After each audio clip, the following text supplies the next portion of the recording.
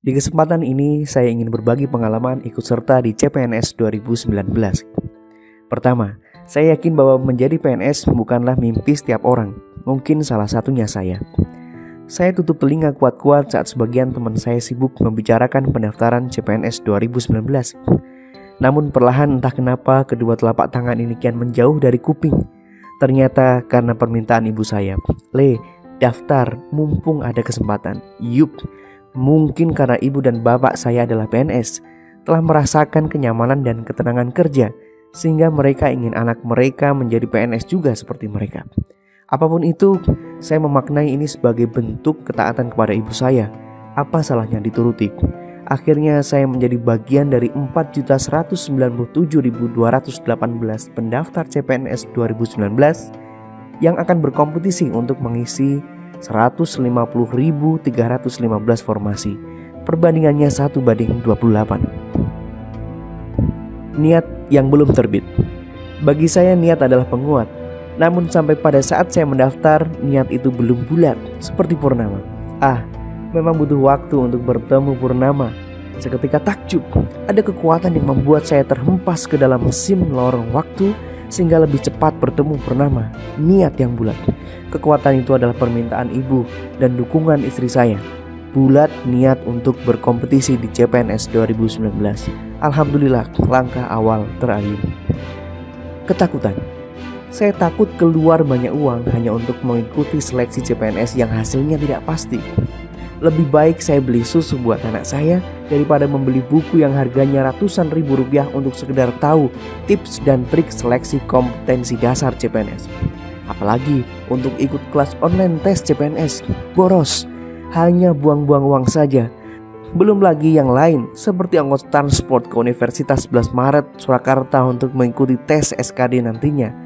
Perlengkapan anti corona seperti hand sanitizer, face shield, semua butuh ongkos. Tapi mau gak mau saya butuh itu semua. Yang perlu saya lakukan adalah cari solusi agar semuanya terpenuhi dan isi dompet tetap cukup buat beli susu anak kami. Akhirnya saya jadi reseller buku tips dan trik lolos SKD CPNS. Dan alhamdulillah keuntungan dari jualan buku tersebut cukup untuk membeli satu buku gratis tanpa keluar dana. Belum lagi file-file latihan soal yang diberikan cuma-cuma oleh guru dan teman. Lihat pembahasan soal di YouTube, bisa jadi bekal mengerjakan soal SKD maupun SKB. Hand sanitizer, saya beli yang paling kecil, tentunya paling murah. Face shield, dapat dari peminjam teman ngajar. Berangkat tes boncengan sama teman. Pinjam uang Mbak Yu untuk ikut kelas online SKB karena gaji Shutterstock baru cair bulan depannya. Ini penting banget karena di grup kelas online ada yang secara rela hati membagikan FR, Field Report. FR itu adalah soal-soal yang sudah keluar sebelumnya. Yakin, pasti ada makhrojan, jalan keluar di setiap tikungan kesulitan. Karena ikhtiar harus dimaksimalkan, meski tetap terselip rasa takut setiap langkahnya. Lalu bagaimana mengatasinya? Takut, kecewa. Perasaan takut saya luar biasa, bisa dibilang over, berlebihan. Saya takut bila usaha yang sudah demikian keras berakhir kandas karena bukan yang teratas. Saya takut membuat ibu dan istri saya kecewa. Takut bila melukai harapan ibu dan istri saya yang telah banyak berharap dan berdoa untuk saya. Takut bila ibu saya meneteskan air mata karena saya kalah. Takut bila nantinya saya menyalahkan doa-doa yang sudah terpanjatkan. Takut bila saya tak mampu memaafkan diri saya sendiri. Berat sekali bebannya.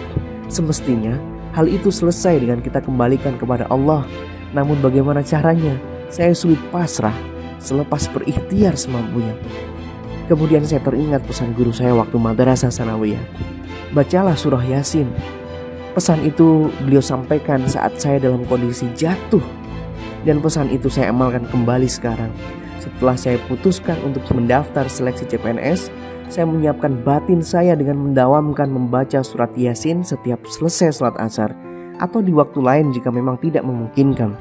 Alhamdulillah, untuk menguatkan diri dari segala macam ketakutan akan kekecewaan dan senantiasa menjaga optimisme atas takdir Allah.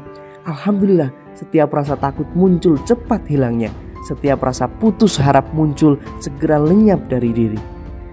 Teman-teman, alhamdulillah saya diterima di Dinas Pemberdayaan Perempuan, Perlindungan Anak, dan Keluarga Berencana Kabupaten Grobogan sebagai Pranata Komputer ahli pertama. Maka nikmat Allah mana yang kamu dustakan? Semangat, pantang menyerah, tetap ikhtiar, pasrahkan kepada Allah. Selamat mencoba.